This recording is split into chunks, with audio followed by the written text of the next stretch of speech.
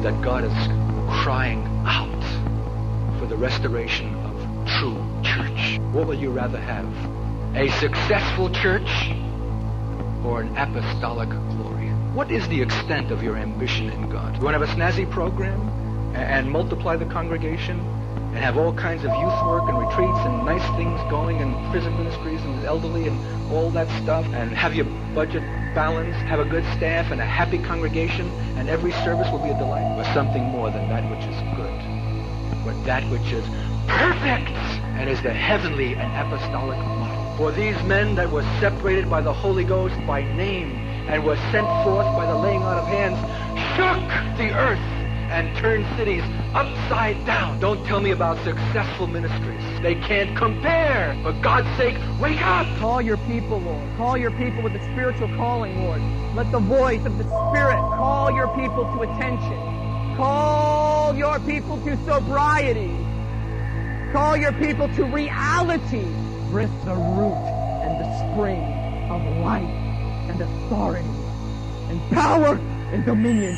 Oh my God, if tonight is a word about anything, let it be a word about the cross. Let it be a revelation of God there and nowhere else. For God is nowhere else. So the church enters into the fullness of Christ. The powers of the air that rule the world will have influence in the church.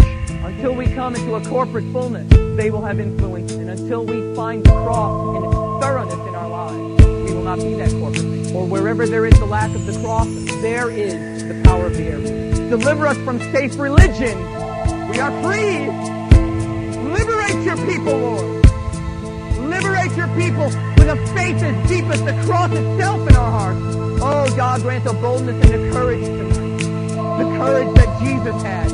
A courageous consecration unto God with a deep sobriety, with a deep sense of destiny, with a deep sense of life and death and heaven and hell on every word, on every thought. I'll tell you, some of those that were sent forth by the Holy Ghost never returned.